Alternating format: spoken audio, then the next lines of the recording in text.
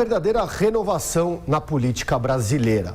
A nova Câmara dos Deputados no ano que vem será mais jovem, com mais representação de mulheres, negros e militares. O índice de renovação é de 52%, o maior em 20 anos. 1 em cada 5 dos 243 eleitos, que nunca ocuparam uma cadeira na casa, tem até 35 anos. Um deles é Vinícius Poit, do Partido Novo. Aos 32, o empreendedor, formado em administração pela Faculdade Getúlio Vargas em São Paulo, foi o segundo deputado do Novo mais votado no Brasil, com mais de 200 mil votos. Vinícius fala da importância da renovação na política e da mobilização contra o aumento dos salários dos políticos. Para mim, que nunca participei da política, nunca fui filiado, atingir essa votação, eu me sinto bastante orgulhoso da campanha, mas eu sinto também uma responsabilidade para cada um dos votos, né? Então, eu espero que as pessoas fiquem orgulhosas do mandato.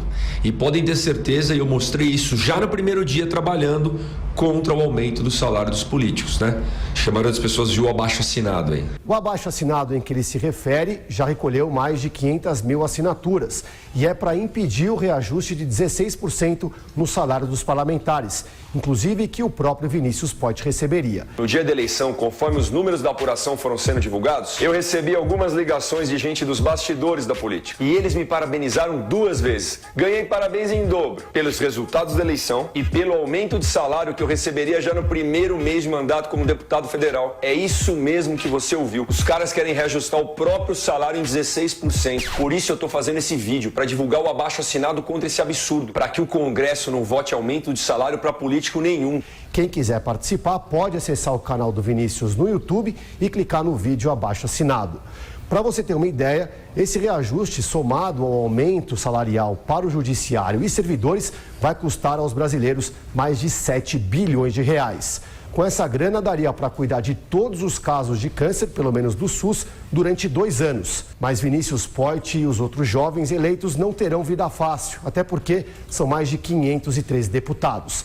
Para o doutor e mestre em ciência política pela Universidade de São Paulo, Humberto Dantas, além de paciência, os jovens vão ter que saber trabalhar coletivamente. E é este ímpeto e esse entusiasmo e a efetiva realidade, existe uma distância que estes jovens vão ter que se acostumar a compreender. E se não se acostumarem, é fato que ou falarão sozinhos muitas vezes, ou ficarão com um certo sentimento de que o parlamento não serve para nada.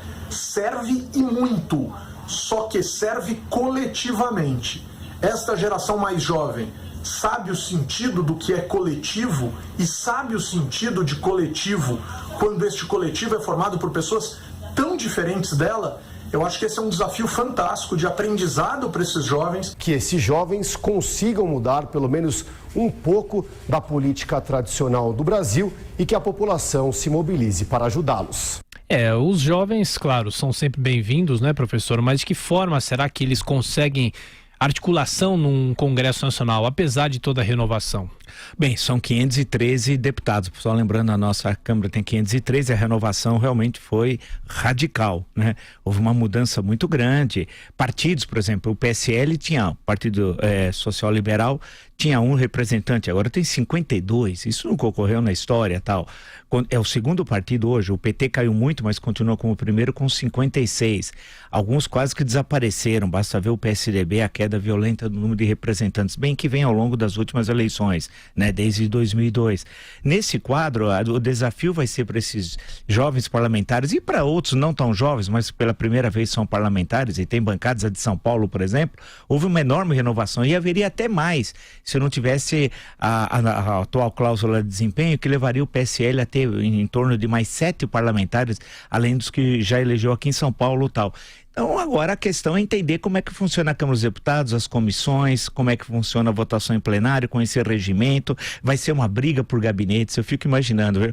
Porque tem muita gente que acha que vai pegar um belo gabinete. Tem gabinetes que é longe pra diabo, não tem sequer banheiro, etc. tal. E tem aqueles privilegiados que estão nos melhores gabinetes. Então vai ter uma guerra. E a primeira guerra na Câmara dos Deputados, eleição da mesa diretora, ela é importantíssima. Por quê? Se o governo tem, como presidente da Câmara, alguém sintonizado com o Executivo, ele é fundamental para esse presidente da Câmara, para pautar, elaborar a pauta e a questão das emendas constitucionais. E a questão da liderança. Esses partidos vão ser liderados por quem?